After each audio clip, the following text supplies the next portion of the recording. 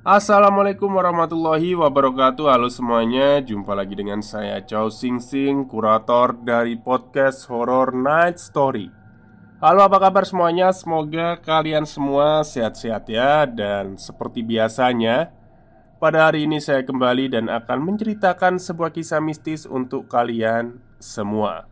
Kisah mistis kali ini saya datangkan dari treat horornya Mas Tias atau Mas Kalong ya, yang menceritakan tentang sebuah ritual di Gunung Kemukus, atau bisa disebut juga pengantin Kemukus. Oke, daripada kita berlama-lama, mari kita simak ceritanya. Penyamaran, penambahan dan pengurangan mengenai lokasi dan nama toko kami lakukan untuk kepentingan privasi dan keamanan dari beberapa narasumber yang terlibat. Beberapa puluh tahun yang lalu, kejadian itu masih terus terngiang-ngiang di kepala. Namanya Mas Aris, seseorang yang harus kehilangan salah satu sahabatnya, Mas Surya, akibat mengikuti ritual pesugihan di Gunung Kemukus. Dan dari Mas Aris inilah cerita itu pertama kali kita dengar. Cerita tentang pengalaman beliau dan Mas Surya ketika mereka harus terpaksa terjun ke dunia gelap pesugihan. Merasa tertarik dan mungkin bisa untuk menambah pengetahuan. Akhirnya kita memutuskan untuk jauh mendalami lagi cerita dari Mas Aris.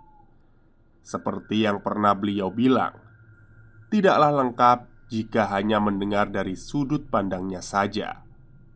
Lalu, dengan bantuannya, kita lebih tepatnya Mbak Ani, dipertemukan dengan narasumber lain yang pernah bersinggungan dengan kejadian yang terjadi pada waktu itu.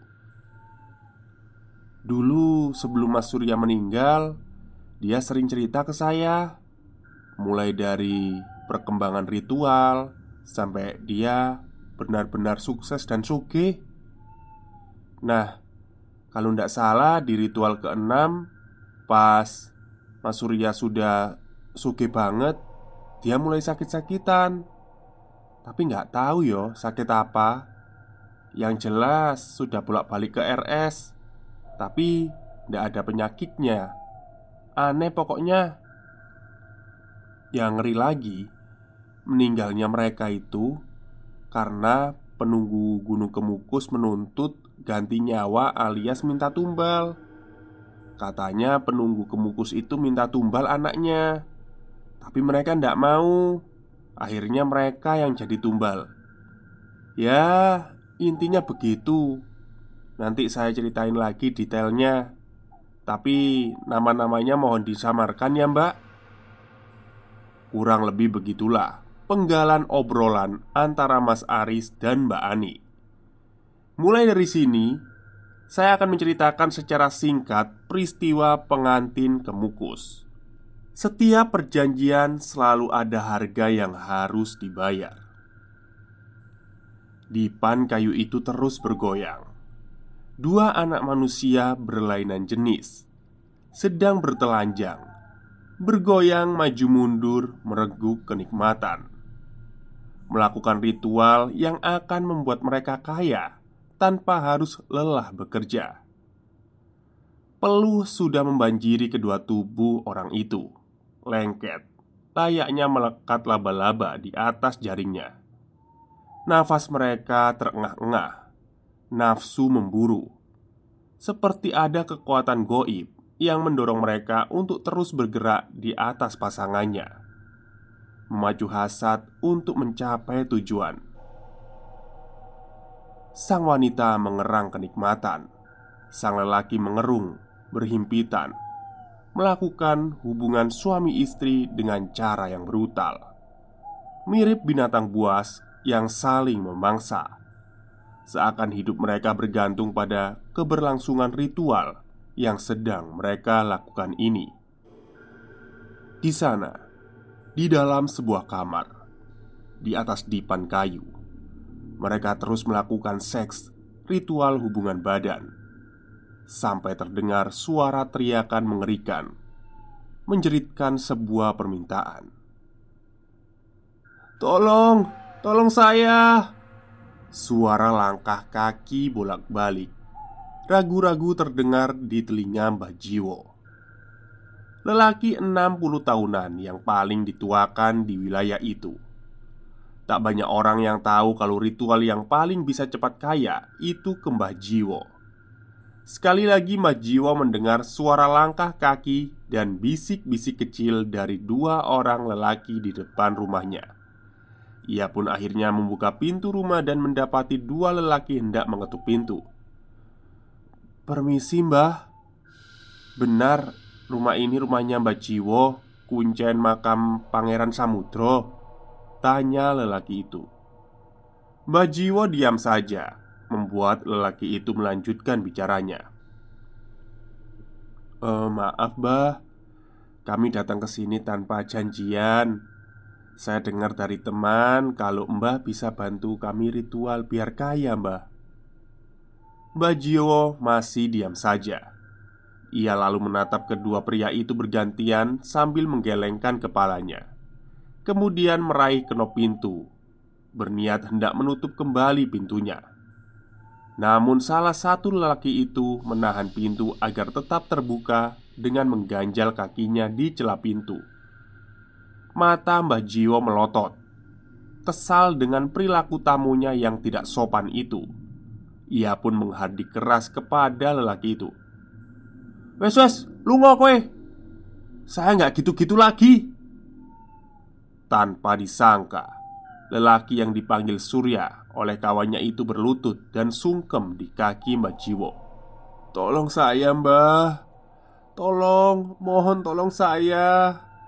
Saya jauh-jauh ke sini menghabiskan semua uang saya buat jadi kaya. Hutang saya banyak sekali mbah. Banyak rentenir yang ngejar saya. Bisa mampus saya kalau pulang gak bawa hasil." Mbah Jiwo melotot ke arah Surya yang masih memeluk erat kakinya. Itu bukan urusanku," hardiknya lagi. "Bantu saya mbah, tolong bantu saya. Saya akan lakuin semua yang mbah minta." Surya mengiba di bawah kaki Mbah Jiwo yang masih terlihat sigap di usianya yang tidak muda lagi itu. Beberapa saat Mbah Jiwo terdiam. Ia terpaku di tempatnya. Pandangannya lurus ke depan dengan raut wajah yang mengisyaratkan ketakutan yang luar biasa. Entah apa yang ia lihat, karena setelahnya tangan Mbah Jiwo mengatup sambil kepalanya mengangguk hormat. Bersamaan dengan itu, ia lalu meraih lengan Surya dan menyuruhnya untuk duduk di kursi berlengan. "Duduk, diam dan dengar," katanya juga memberi isyarat kepada teman Surya, Aris. "Besok Jumat Pon, bulan depan, kesini lagi kamu. Bawa wanita yang bukan pasangan resmi kalian.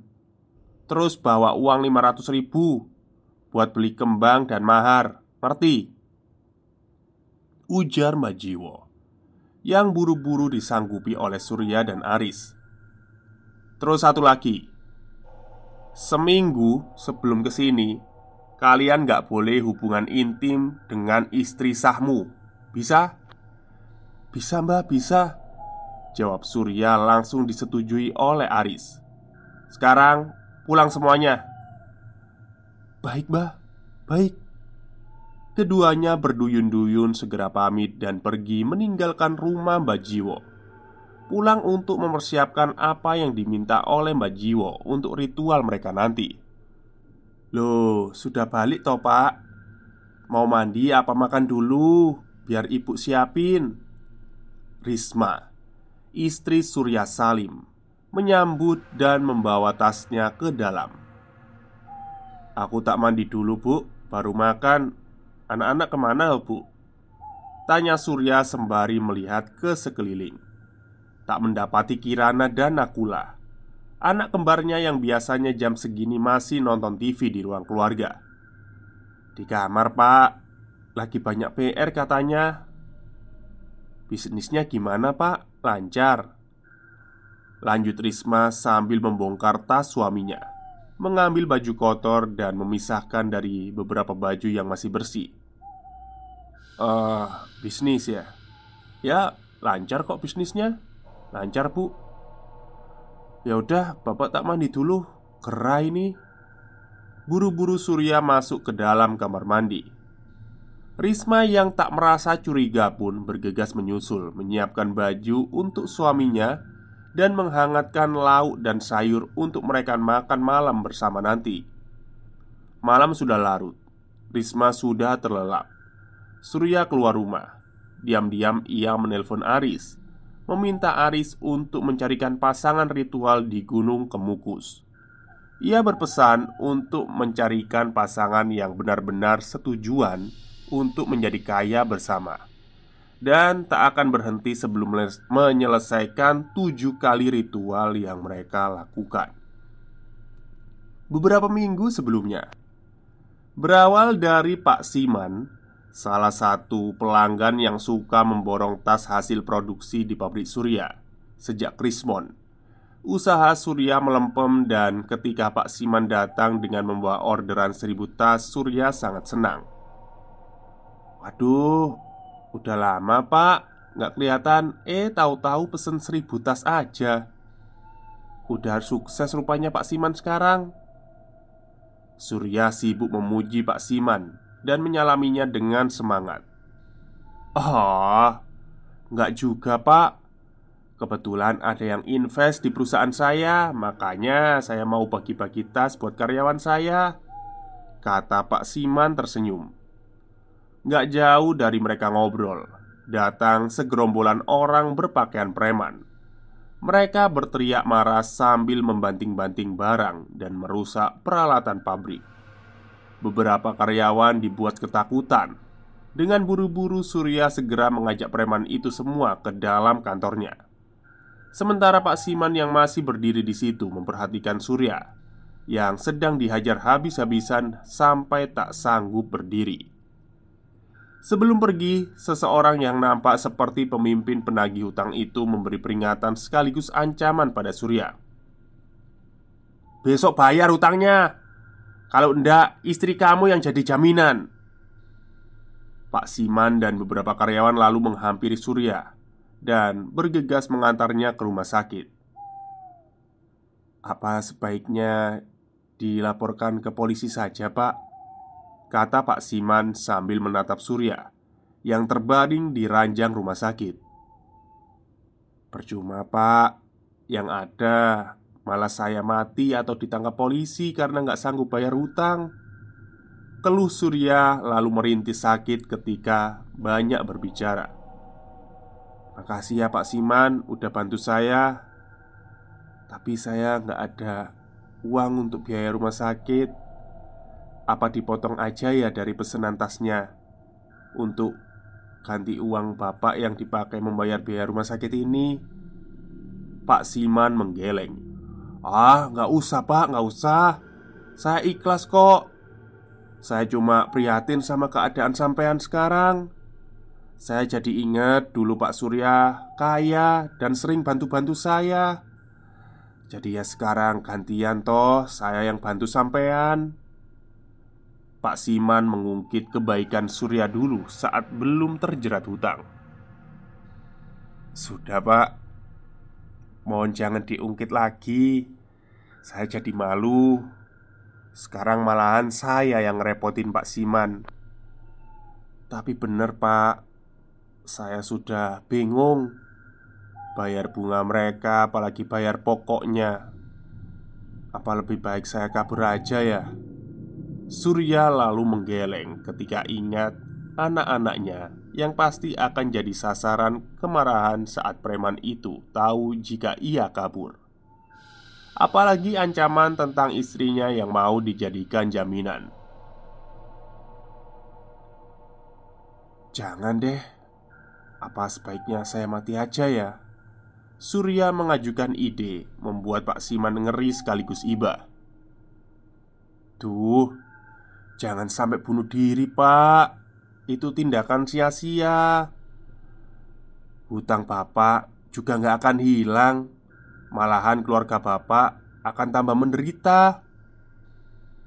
Tapi saya nggak tahu mesti gimana lagi, Pak. Surya menangkupkan tangannya di depan wajahnya dan mulai menangis. Pak Siman yang mulai iba mencoba menenangkan temannya itu. "Sudah Pak Surya, jangan putus asa. Saya bisa bantu kok jika Bapak mau."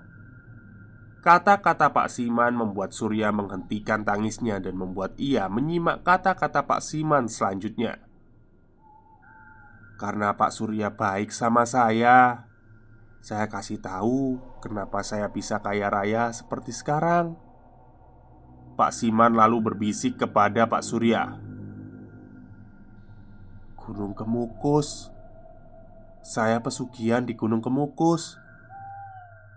"Saya itu kagetnya pas Winda meninggal, Mbak," ujar Pak Aris. "Kaget kenapa, Pak?" Mbak Ani balik bertanya. "Oh, ini kayak obrolannya pecah-pecah gitu ya. Oke, lanjut. Nanti deh biar Ernie yang cerita. Dia tahu kronologisnya. Bentar lagi dia juga nyampe," jawab Pak Aris. Waktu yang dinanti pun tiba.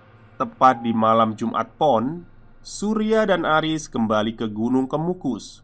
Mereka sudah membawa uang dan kembang seperti yang diisyaratkan oleh Mbak Jiwo. Sementara perempuan yang diminta untuk menjalani ritual mereka juga sudah dicarikan. Mereka berempat janjian bertemu di sebuah warung tak jauh dari Gunung Kemukus.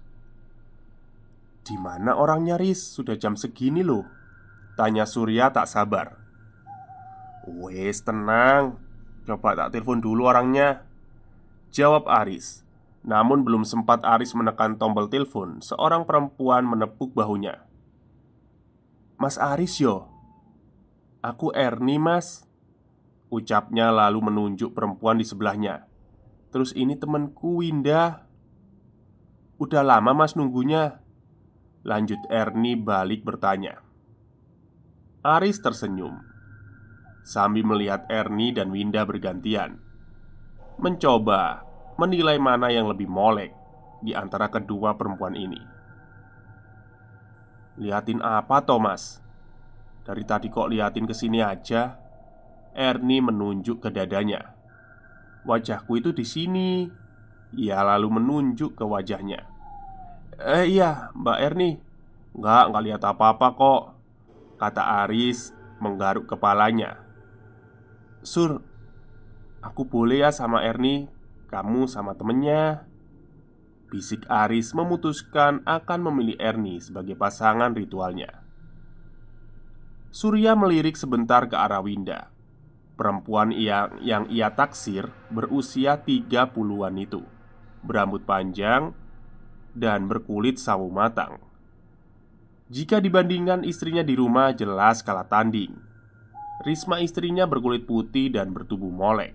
Beda dengan Winda yang bertubuh kurus dan memiliki dada yang hampir rata. "Sampean yakin sampean sanggup?"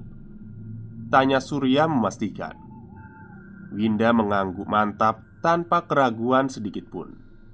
Ia malahan balik menantang kata-kata Surya. "Lah sampean gimana, Mas? Aku ndak mau loh dapat pasangan ritual yang gak sungguh-sungguh. Aku juga pengen cepet sugih." Surya menatap Winda kurang senang. Ia merasa perempuan ini selain kurang sedap dipandang, tapi juga kurang enak kata-katanya didengar. Tapi dalam hati kecilnya, Surya malah lebih yakin berpasangan dengan Winda yang tegas dengan tujuannya daripada Erni yang molek tapi kelemar-kelemar. Malahan nanti membuat dirinya repot mengurusi pasangan yang gak memiliki visi yang sama dengannya. "Ya wes, kalau gitu sebelum malam kita langsung aja ke rumahnya Mbak Jiwo," ajak Surya. Dengan membawa barang bawaannya, mereka pun bertolak pergi ke kediaman Mbak Jiwo. "Mbah, kami siap menjalankan ritualnya," ucap Surya tanpa basa-basi sesaat tiba di rumah Mbak Jiwo. Mbak Jiwo mengangguk. Surya lalu mengenalkan Winda sebagai calon pasangan ritualnya dan mengeluarkan syarat-syarat yang diminta oleh Mbak Jiwo tempo hari. "Ya, kalau gitu kita bisa mulai sekarang." Mbak Jiwo hendak beranjak dari kursinya saat Aris lebih dulu berdiri dan menahannya pergi. "Saya juga, Mbak. Ini pasangan saya, Erni. Kami juga udah siap." Mbak Jiwo menggeleng keras. "Ya ndak bisa dua-duanya malam ini. Satu pasangan saja. Siapa yang mau duluan silahkan pilih." "Saya duluan, Mbah. Saya Surya dan Winda, pasangan saya duluan ya." Surya dengan cepat menyela ucapan Aris dan memajukan namanya dengan Winda. "Sepurane Yoris, aku dhisik. Kamu tahu kok keadaanku sekarang gimana. Aku dikejar-kejar hutang." Surya menatap Aris dengan memohon. Ya, meski jengkel, tapi Aris yang tahu tentang kesulitan Surya pun akhirnya bersedia mengalah. Toh, awalnya ia hanya ingin mengantar Surya saja, sekalian coba-coba pesugihan untuk kaya tanpa tumbal, dan hanya memakai seks saja sebagai syarat utamanya. Bajiwo pun masuk ke dalam rumahnya. Ia mengambil lampu minyak lalu mengajak Surya dan Winda pergi ke suatu tempat. "Terus kami gimana, Mbah?" tanya Aris pada Mbak Jiwo. "Balik ae, Mas. Ngapain nungguin orang ritual?" Saut Mbak Jiwo sebelum mereka berlalu ditelan kegelapan malam. Dengan misu-misu, Aris dan Erni akhirnya memutuskan untuk turun dan kembali ke penginapan murah mereka. Sementara Mbak Jiwo terus memandu mereka masuk ke dalam hutan. Hutan itu menyelimuti mereka dengan aura yang menakutkan namun memikat.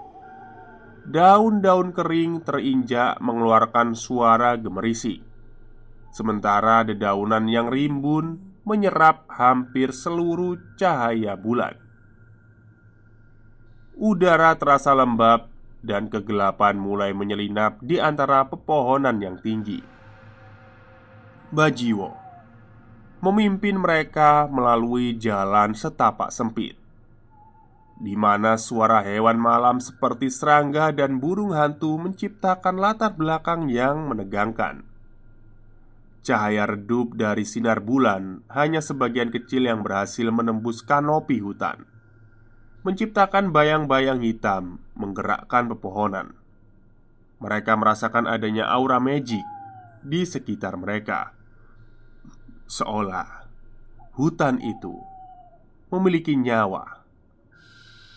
Kabut tipis mulai muncul, mengubah pemandangan menjadi semakin misterius dan membuat jalan mereka semakin tidak terlihat. Bunyi riak air sungai kecil terdengar samar di kejauhan, menambah suasana mencekam. Tidak ada yang berani bicara saat itu. Suasana hutan telah membius mereka dalam ketegangan yang tak terucap. Dan di tengah keheningan, langkah-langkah mereka semakin dalam menguji batas-batas keberanian. Bajiwo kini berdiri di tepi sumur tua, diiringi oleh tatapan tajamnya yang penuh keyakinan. Ia meraih penutup sumur dengan hati-hati, mengangkatnya dengan gerakan lambat.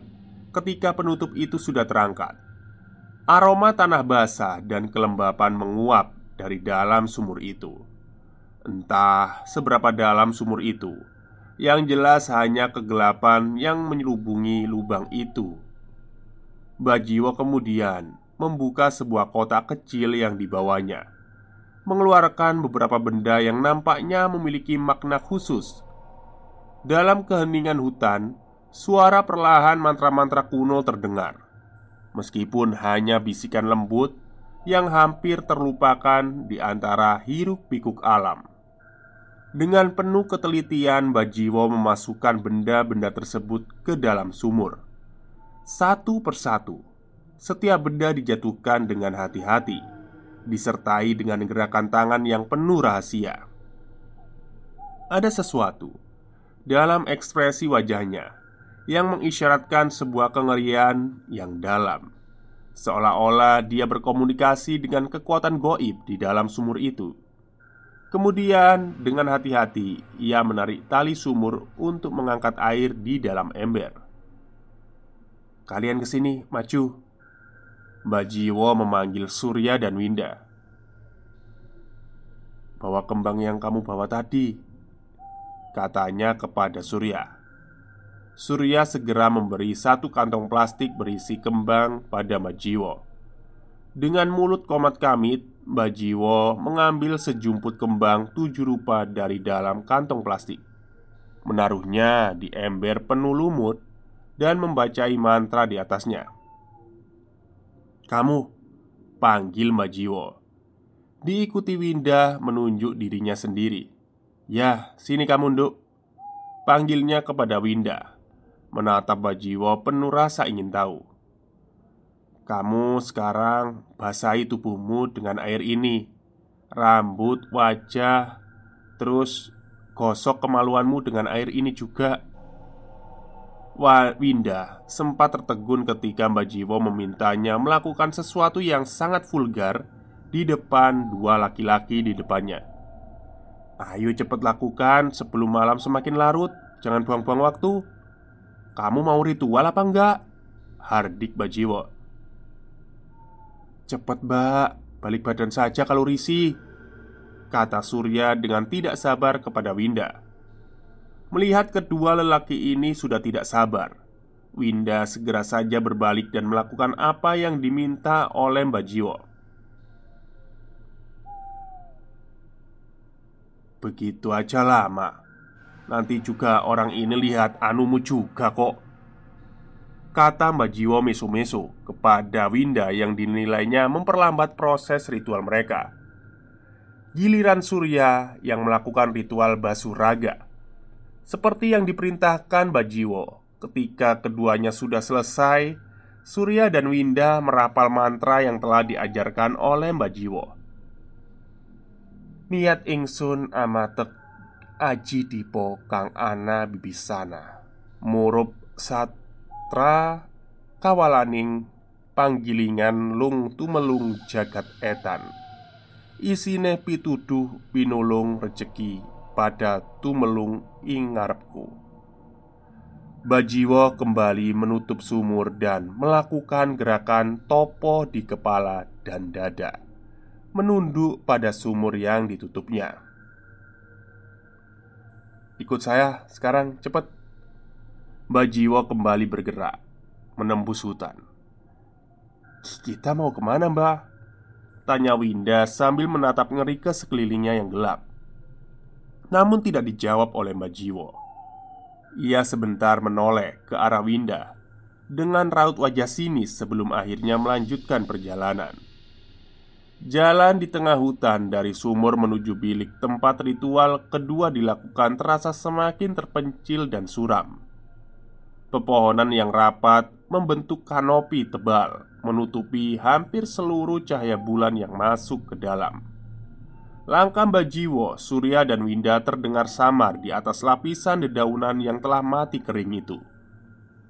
Ketika di kiri kanan semak-semak tumbuhan liar tidak terurus membentuk dinding alami, membentuk koridor gelap yang menakutkan. Ketika mereka bergerak maju, suara hewan-hewan hutan mulai bergema. Bau tanah basah, aroma dedaunan basah mengisi udara.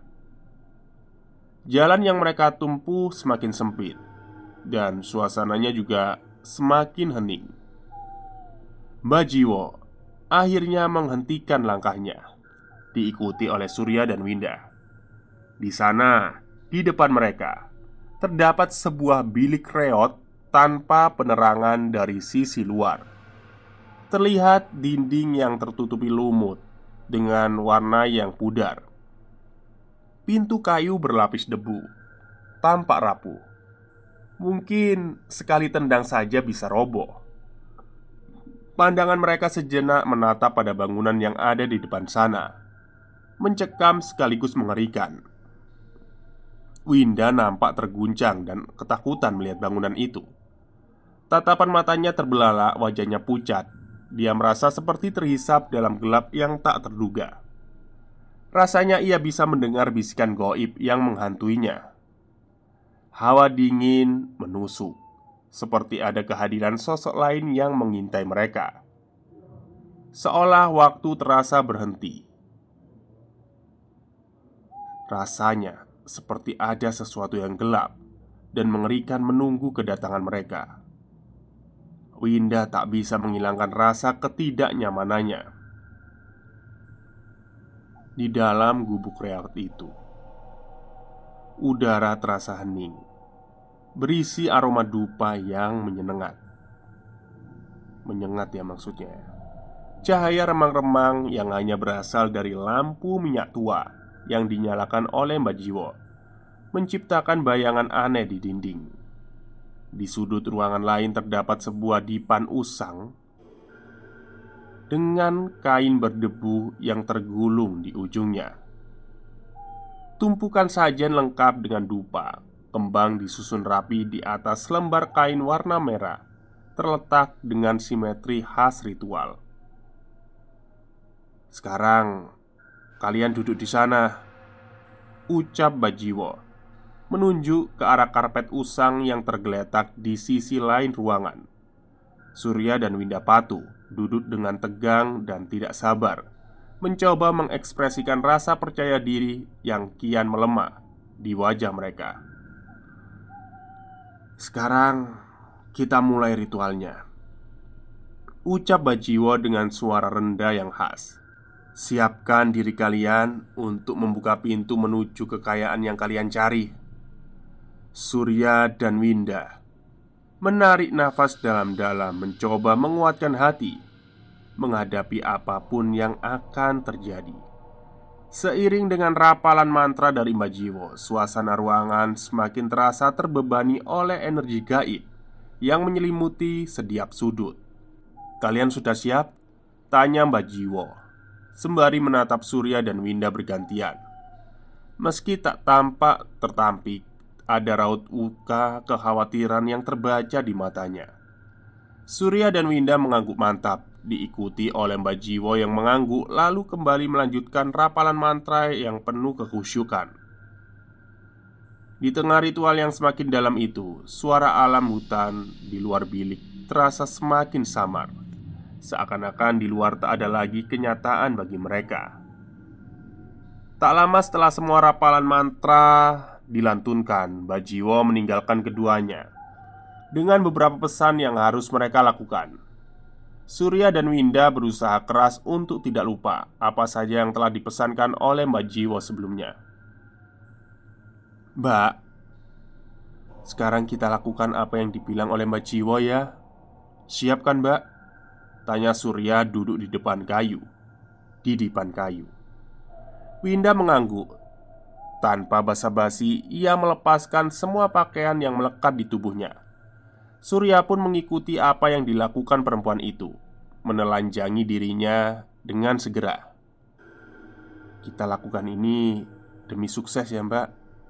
Jangan mikir macem-macem," kata Surya ketika menindih di atas tubuh Winda. Peluh mulai bercucuran. Meski udara malam itu begitu dingin, suara kriet dipan kayu mengiringi keduanya dengan irama dan tempo yang sama dengan gerakan tubuh mereka. Sedangkan penerangan hanya menggunakan cahaya lampu minyak yang ditinggal oleh Mbak Jiwo, memberikan temaram yang membuat Winda tak bisa melihat dengan jelas wajah Surya. Winda berusaha menegaskan pandangannya, menajamkan sampai matanya mampu beradaptasi di kegelapan. Di sana awalnya Winda melihat wajah Surya terlihat biasa saja. Namun perlahan, wajah manusia berubah menjadi sesuatu yang tak manusiawi, distorsi, menampilkan raut yang mengerikan dan menggambarkan kengerian yang jauh dari sifat sebenarnya. Matanya tajam, memancarkan kilatan aneh, seperti ada energi yang menakutkan. Tak ada ekspresi empati, hanya dingin dan kejam. Surya memandang Winda dengan tatapan mengintimidasi. Mulutnya tertarik ke atas, menyembulkan senyuman seram tak wajar, memperlihatkan deretan gigi tajam dan berwarna merah gelap. "Kamu gak bisa lari dari sini," desis suara Surya terdengar berat, bergema seolah bukan manusia yang bicara. Winda ketakutan dan terjebak dalam kebingungan yang mendalam. Merasa seperti kehadiran Surya berubah jadi ancaman yang mengancam nyawanya. Ia berusaha mundur, mencoba melepaskan diri dari tindihan laki-laki itu. Namun tubuhnya kaku, tidak bisa bergerak.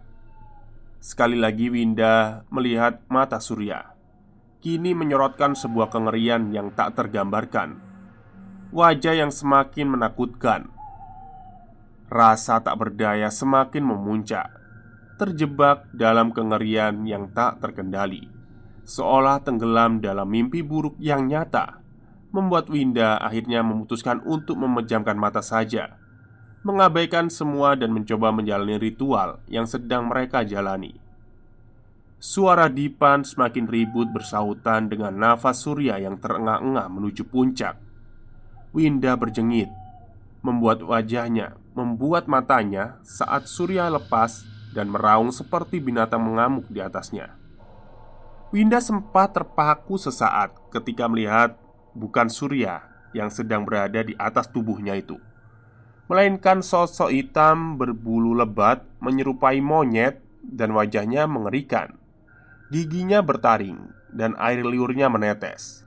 Matanya merah, membuat Winda hampir muntah membayangkan dirinya baru saja disetubuhi oleh makhluk itu. Seketika Winda menutup wajahnya dengan dua telapak tangannya. "Mbak, udah selesai mbak. Duduk cepet mbak." Wajah Surya yang masih terengah menatap Winda dengan bingung. "Mbak ketiduran ya tadi? Ayo cepet mbak, baca mantranya, lalu raupkan cairan mbak ke wajahku. Terus aku raupkan cairanku ke wajah mbak." Waduh, cairan apa ini? Mungkin cairan itu ya, air maninya itu ya. Oke, lanjut. Akhirnya mereka pun membaca mantra. "Sugihku sugih gunung, sugih lemah sugih banyu," ucap Surya lalu diikuti Winda. Surya lalu mengelap cairannya dengan tangan dan membasuhnya ke wajah Winda. Setelah itu Surya meraih tangan Winda dengan cepat-cepat dan melakukan hal yang sama pada dirinya sebelum cairan itu mengering. Winda yang masih terlihat bingung terus menatap wajah Surya. "Mas?" tanyanya ragu-ragu. "Apa mbak?" Winda menatap wajah Surya kemudian urung bertanya. "Enggak mas, enggak jadi," katanya menggeleng. "Ya sudah kalau enggak jadi. Sekarang kita lakukan lagi. Kali ini mbak yang mimpin ya. Tadi Mbak Jiwo kan bilang satu-satu, satu mbak, satu saya sampai 7 kali. Sampai subuh datang. Gayanya juga udah dipesankan oleh Mbak Jiwo. Gaya 1, 2, sampai 7 pun nggak bisa ditawar."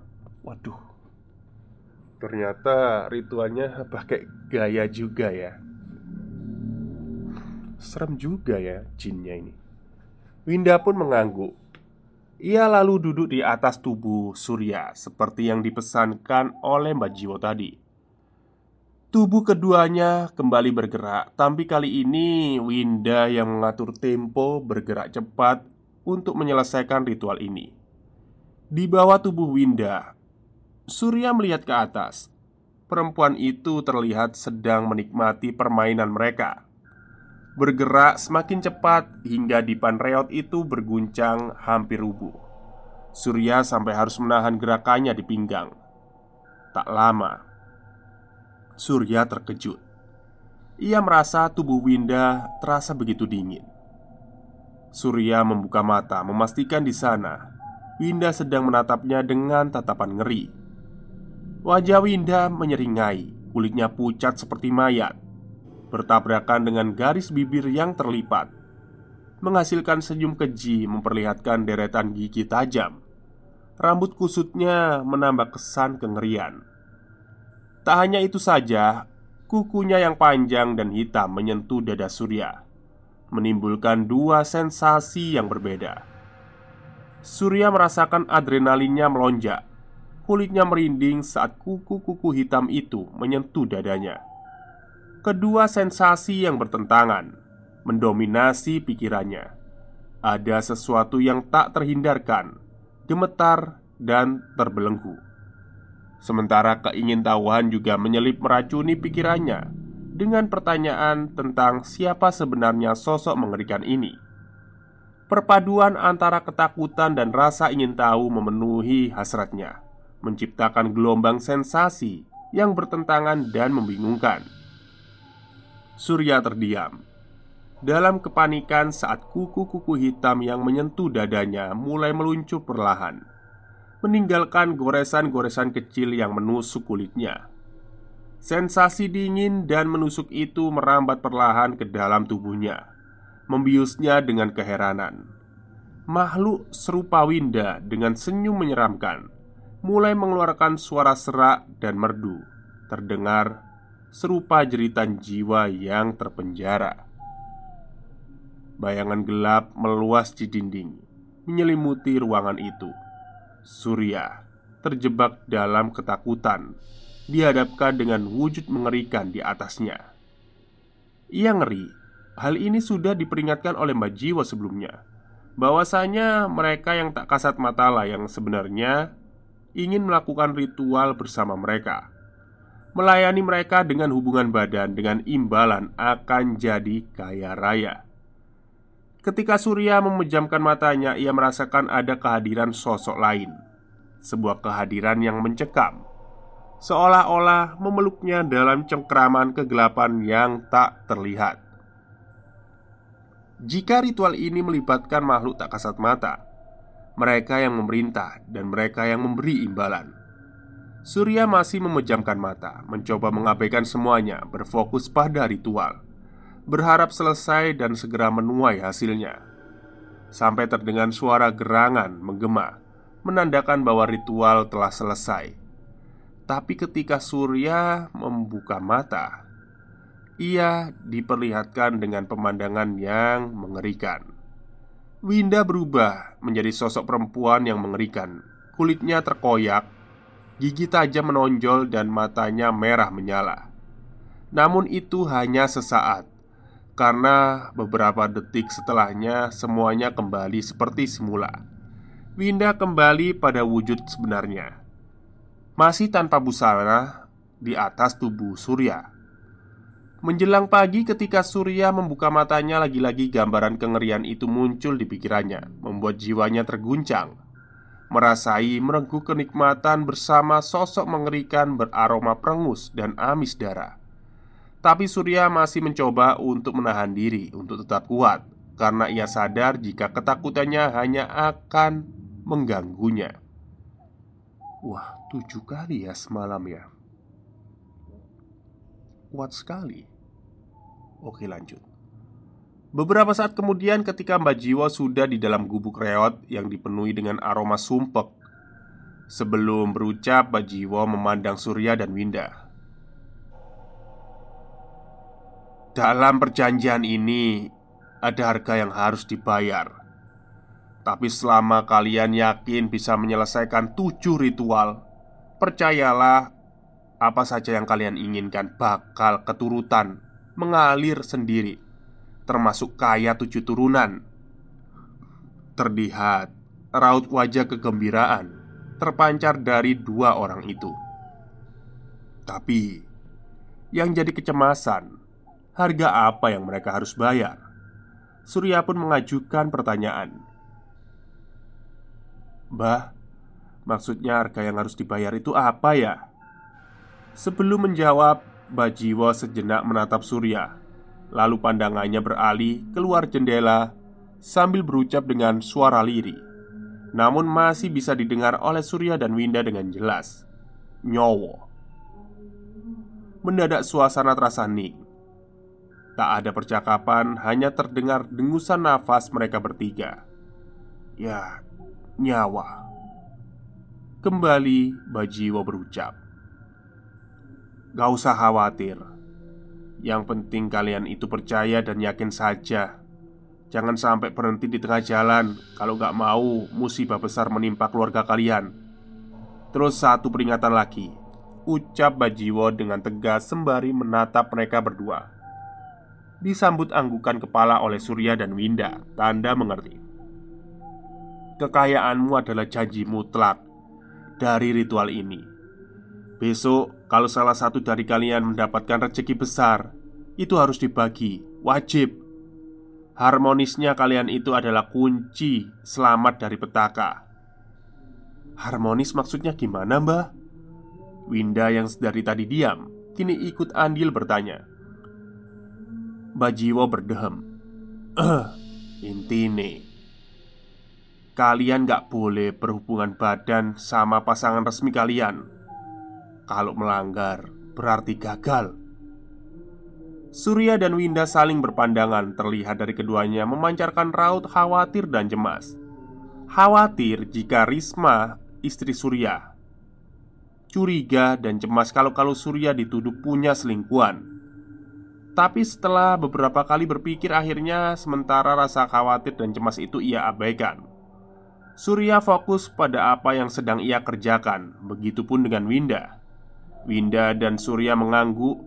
Mereka mencoba menangkap makna dari kalimat ancaman yang terdengar begitu jelas. Bajiwo bangkit dari duduk, lalu mengeluarkan 2 bunga kantil dari saku surjan bermotif lurik, menyerahkan kepada Surya dan Winda dengan penuh kehati-hatian, seolah memberikan amanah yang sama beratnya dengan tanggung jawab mereka. "Ini kembang kandil, simbol dari ikatan spiritual antara kalian berdua," ujar Mbak Jiwo seraya memberikan bunga itu. "Kembang ini untuk jalinan kekuatan yang tak boleh dipisahkan. Karena ini besok bakal menjadi petunjuk kalian. Jadi jangan sampai hilang ya, Mas, Mbak," lanjut Bajiwo sambil menatap keduanya dengan mantap.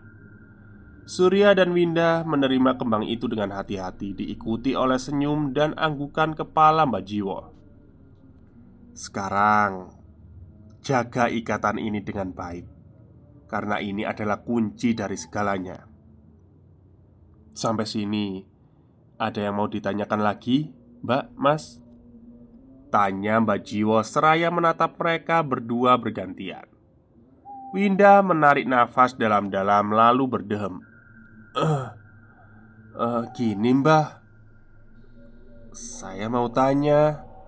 Pas ritual tadi kok saya lihat Mas Surya berubah ya jadi sosok yang seram. Itu gimana Mbah? Ucapnya pelan, berusaha menahan cemas yang memenuhi benaknya.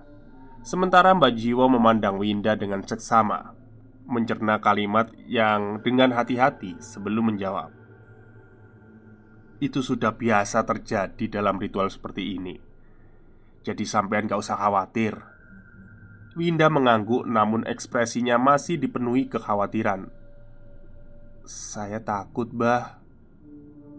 Mbak Jiwo tersenyum menenangkan. "Ritual ini adalah ujian nyata bagi kalian. Sudah sewajarnya jika kalian merasakan ada hal yang tak biasa. Tapi yang penting kalian tenang dan yakin saja. Jangan sampai ketakutan kalian mengganggu proses ini." Winda mengangguk, mencoba menerima jawaban yang kurang masuk akal itu. Tapi tetap saja rasa takutnya masih melingkupi pikirannya, meninggalkan ketidakpastian dalam perjalanan ritual yang mereka lalui. Bajiwo beralih menatap ke Surya. "Kamu tadi lihat apa?" Surya sedikit gelagapan. Mbah, tadi saya lihat kalau Winda berubah jadi sosok seram juga.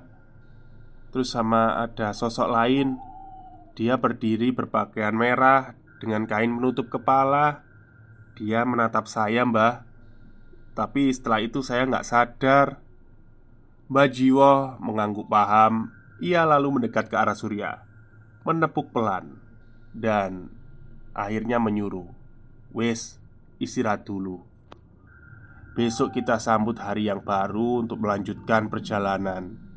Setelah mengalami peristiwa di luar nalar dalam ritual, Surya dan Winda kembali ke rumah masing-masing. Tak dipungkiri rasa khawatir masih menyelimuti mereka berdua. Air hangat menyentuh tubuhnya, membawa ke dalam suasana yang lebih tenang. Surya berusaha keras membersihkan diri dari segala bekas ritual yang tersemat di tubuhnya itu, menghapuskan jejak energi yang masih melekat. Setelah mandi dan makan malam bersama keluarganya, Surya memutuskan untuk sejenak sejenak duduk maksudnya, mencoba untuk menciptakan suasana hangat bersama istri dan kedua anak kembarnya. Kirana mendekat, duduk di sebelah Surya. "Bapak gimana kabarnya?" tanyanya dengan sorot mata penuh kerinduan setelah beberapa hari ditinggal Surya ritual. Surya tersenyum mencoba menutupi ketegangannya. "Bapak baik, Nak. Kirana sama Nakula gimana?" Kirana dan Nakula mulai menceritakan aktivitasnya di sekolah dengan seru, layaknya anak pada umumnya. "Kopinya, Mas?" ucap Risma sambil menyodorkan gelas berisi kopi pada Surya. "Kesel ya, Mas? Kok pucat gitu mukanya?" lanjut Risma. "Enggak kok, Bu," jawab Surya. Mereka lalu melanjutkan percengkeramaan. Ingin rasanya memberikan kebahagiaan sejati pada keluarganya, tanpa mengganggu pengalaman menyeramkan yang baru saja ia alami. Malam itu Surya tidur lebih awal berharap bisa mendapatkan istirahat yang nyenyak. Namun entah berapa jam ia terlelap, Surya harus kembali terjaga manakala ia mendengar ada suara perempuan memanggil namanya dengan lirih. Surya membuka mata, menatap ke sekeliling kamar, memastikan. Namun setelah di setiap sudut ia periksa dengan alis berkerut, dia tidak menemukan siapapun. Hanya terdengar suara nafas Risma yang sedang tidur di sebelahnya. Surya duduk bersandar di ranjang, mencoba menenangkan dirinya, meyakinkan jika itu hanyalah halusinasi saja. Namun tiba-tiba hembusan angin dingin menyapu wajahnya, membuat ia kembali terbelalak kaget. Surya melihat ada sosok perempuan sedang berdiri menatapnya. Sosok itu ia kenal, apalagi dengan pakaian yang ia kenakan. Sosok itu adalah Winda, perempuan yang menjadi pasangan ritualnya. Tapi ada yang aneh dengan penampilannya. Sosok itu, sosok yang menyerupai Winda, memakai gaun merah dengan kain penutup kepala warna merah juga. Surya terdiam terpaku di tempatnya. Jiwanya tercekam, tubuhnya gemetar. Peluh mulai muncul membasahi wajahnya. Surya benar-benar cemas akan kehadiran sosok itu. "Winda?" desis Surya dengan suara bergetar, mencoba memastikan sosok yang terlihat begitu mirip dengan Winda. Namun sosok itu hanya berdiri menatapnya. Surya masih terdiam, mencoba memahami apa yang sedang terjadi di depan matanya. Hati dan pikirannya campur aduk. Penasaran, ingin rasanya mencari tahu atas kebenaran di balik kehadirannya. "Pak, ada apa?" Suara lembut Risma istrinya membangunkan Surya dari lamunannya. "Oh, anu Bu," ucap Surya sambil sesekali pandangannya menatap Risma dan Winda bergantian. Surya terlihat gelagapan. Tapi ketika Surya kembali menatap sosok yang menyerupai Winda itu, sosok itu lenyap begitu saja, meninggalkan bebauan perengus dan amis darah, di mana hanya Surya yang menciumnya. Surya bingung, tapi ia berusaha untuk menenangkan diri. Ia tak mau membuat Risma curiga. Surya kembali mencoba memejamkan mata, mengabaikan meremukkan rasa cemas yang melandanya, membiarkan kelelahan yang akhirnya menguasainya, memasuki alam mimpi, berharap untuk bangun keesokan paginya dan menghadapi hari baru bersama keluarganya. Selang beberapa hari kemudian, Surya dan Winda kembali ke Gunung Kemukus. Untuk keempat kalinya, gubuk reot itu menjadi saksi bisu kehadiran mereka berdua. Apalagi kalau tidak untuk memperoleh kekayaan melalui ritual hubungan badan. Namun hingga saat ini kekayaan yang mereka impikan belum juga datang. Hal itu membuat rasa gelisah Surya dan Winda semakin memuncak. Seusai ritual, Surya memutuskan untuk bertemu dengan Mbak Jiwo, menanyakan akan kegelisahannya. "Bah, ini gimana toh? Kok saya sama Winda belum juga kaya?" Tanpa basa-basi Surya bertanya sesaat setelah tiba di rumah Mbak Jiwo. Sejenak Mbak Jiwo menatap Surya dengan tajam. "Sabar Sur, sabar. Semua itu butuh proses. Harus dijalani sampai 7 kali. Dan setiap pasangan itu beda-beda. Tidak semua berhasil dari ritual pertama atau kedua. Bisa saja sogehmu itu setelah melakukan ritual yang terakhir. Tidak ada yang tahu nasibmu ditentukan sama lelaki yang mana." Maksudnya lelaku yang mana. "Yang penting kalian itu percaya dan yakin. Besok bakal datang sendiri kok kekayaannya," lanjut Mbak Jiwo. Surya pun juga menyadari jika perjalanannya belum berakhir. Ia dan Winda masih di tengah-tengah cerita yang belum selesai. Dan kuncinya adalah yakin dan percaya pada ritual yang mereka jalani.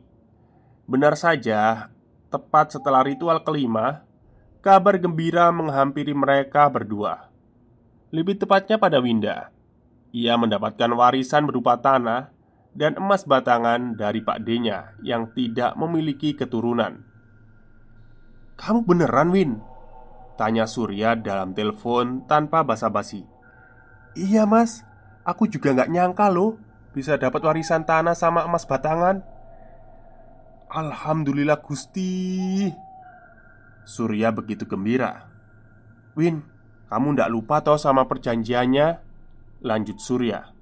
"Iya mas, makanya itu aku telepon kamu ini buat ngasih tahu juga."